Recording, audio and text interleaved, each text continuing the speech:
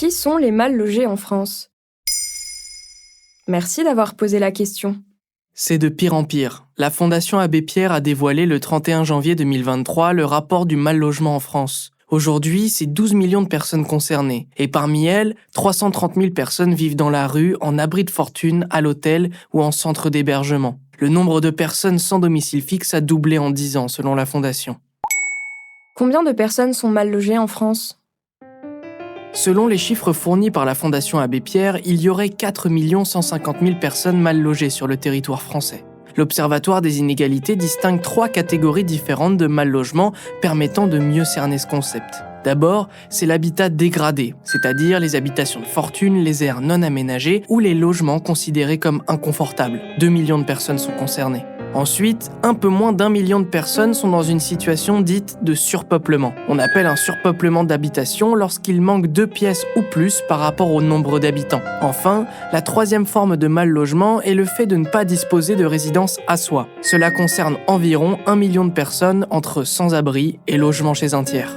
Mais pour déterminer le chiffre global du nombre de mal logés en France, il faut également prendre en compte ce que l'Observatoire des inégalités appelle le halo du mal logement. Il s'agit de personnes vivant dans des conditions de précarité énergétique ou étant dans l'incapacité de payer un loyer de manière assidue. En prenant toutes ces données en compte, la Fondation estime à 12 millions le nombre de Français mal logés. L'étude ne prend d'ailleurs pas en compte les personnes vivant à l'hôpital, les prisonniers, ainsi que les résidents en maison de retraite.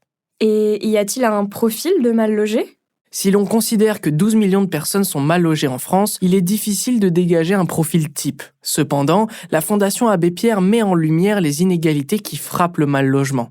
En effet, les femmes ainsi que la communauté LGBTQIA+, sont plus touchées que les autres par le phénomène. L'étude révèle un risque élevé de se retrouver dans cette situation à 4 moments de la vie. Le départ du domicile familial, la séparation conjugale, l'héritage et le veuvage. Et pour la Fondation, ce n'est pas un hasard. La surreprésentation de la monoparentalité dans les situations de mal logement et les fragilités que rencontrent les femmes et les autres minorités de genre dans leur rapport au logement mettent en lumière toute une série d'inégalités, d'obstacles et de discriminations liées au genre. Des actions sont-elles menées afin d'endiguer le phénomène de mal logement en France ?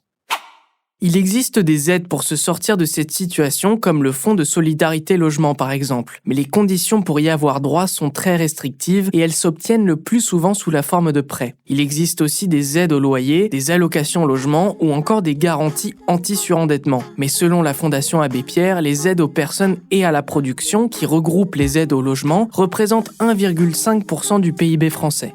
Un chiffre qui n'a jamais été aussi bas depuis 1991. Voilà qui sont les mal logés en France. Maintenant, vous savez, un épisode écrit et réalisé par Samuel Lambrouzo. Ce podcast est disponible sur toutes les plateformes audio. Et si cet épisode vous a plu, n'hésitez pas à laisser des commentaires ou des étoiles sur vos applis de podcast préférés.